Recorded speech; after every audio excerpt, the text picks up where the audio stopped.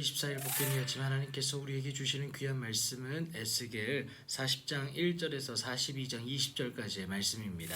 하나님의 청사진을 보는가라는 제목으로 같이 말씀 나누겠습니다. 이제 오늘부터 에스겔에 임하는 마지막 환상이라고 볼 수 있겠습니다. 벌써 여러분 에스겔이 바벨론에 사로잡힌 지 25째 그러니까 25년이 흘렀습니다. 이때 에스겔의 나이를 대략적으로 계산하면 50세로 추정할 수 있습니다.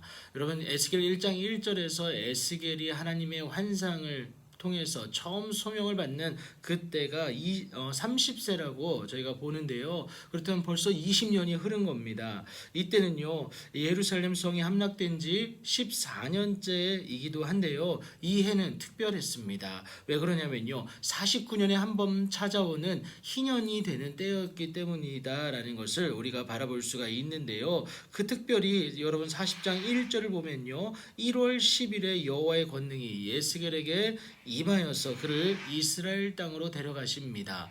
여러분 1월 10일 어떤 날일까요? 여러분 출애굽을 시작하게 되는 6월절입니다. 여러분 포로로 붙잡혀 있던 그날에 하나님께서 이스라엘 땅으로 데려가시는 그 1월 10일의 사건을 통하여서 이들이 포로된 상황 가운데서 하나님이 우리를 구원해 주실 것이라는 그 환상을 그 암시를 하고 있다라는 것도 우리가 한번 추정해 볼 수 있겠습니다. 자, 어쨌든 이 포로로 끌려온 이스라엘 백성들에게 희년의 자유가 얼마 남지 않았다라는 것을 암시하고 있는 건데요. 이것 때문에 에스겔은 환상 말미에 희년을 언급하기도 합니다. 그게 46장 17절에 나와 있어요. 여하튼 하나님은 에스겔을 이스라엘 땅에 매우 높은 산에 올라갑니다. 감람산이라고 추정을 해볼 수가 있는데요. 이 남쪽의 한 성읍으로 그를 데리고 가셔서 본 것을 이스라엘 족속에게 말해라 라고 하나님이 말씀하시면서 이 성을 여기에서 바라보는 남쪽으로 바라보이는 이 성을 보여주십니다.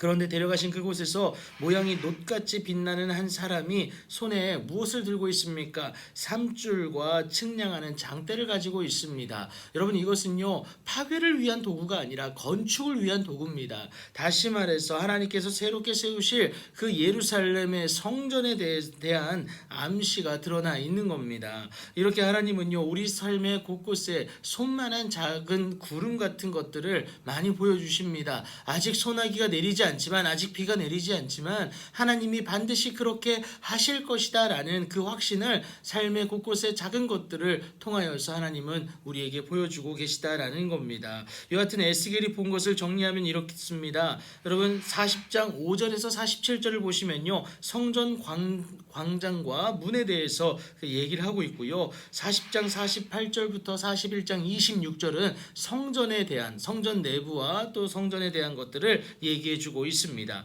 그리고 42장 1절부터 20절까지는요 밭과 뜰에 대해서 얘기해주고 있는데요. 여러분 하나님이 에스겔에게 이것을 보여주시는 이유는 다른 것이 아니라 너희 안에 회복이 있을 것이다 라는 겁니다. 자세히 보여주심으로 말미암아 완전한 회복이 있을 것이다 라는 것을 분명하게 말씀해 주세요. 그런데 여러분 에스겔 8장부터 11장까지 하나님이 에스겔에게 성전을 보여주셨습니다. 그런데 그때 성전과 틀려요. 그때는요 온갖 우상들과 우상 숭배로 더럽혀진 성전이었습니다. 하지만 지금은요 하나님이 새로 세우신 성전이고요 거룩한 예배를 통해서 합당한 영광을 받으실 하나님의 놀라운 은혜와 능력이 임재하는 그 장소인 성전을 보여주고 계신 겁니다. 여러분 포로된 이스라엘 백성을 향한 하나님의 청사진을 모세가 느보산에서 바라보듯이 오늘 여러분 그 감람산에서 바라보는 에스겔의 모습을 우리가 바라볼 수가 있다라는 겁니다. 여러분 당신의 자녀를 향한 하나님의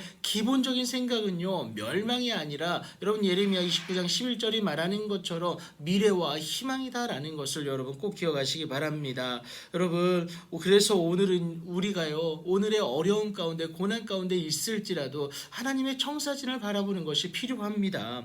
하나님은 우리를 향한 청사진을 오늘도 제시해주고 계세요. 그런데 내가 발견하지 못할 뿐이지 하나님은 여전히 제시해주고 있다라는 겁니다. 눈을 비벼 이제야 겨우 볼 수 있고 또 여러분 때로는 그것을 바라보지 못해서 하나님의 은혜가 임하는지 여러분 안타까워하실 때도 있을 줄 압니다. 그러나 여러분 기억하십시오. 하나님은 반드시 일하세요. 거짓이 없는 분이시고요. 사람은 못하나 하나님은 다 하실 수 있다는 사실 여러분 꼭 기억하시면서 하나님의 소유를 가능케 하시는 예수 그리스도를 소유함으로 하나님 앞에 나아갈 수 있는 여러분들 되기를 축복합니다. 예수의 이름 말고는 하나님의 놀라운 은혜와 능력을 바라볼 수가 없습니다. 예수님을 소유함으로 승리하는 여러분들 되기를 예수님의 이름으로 축복합니다.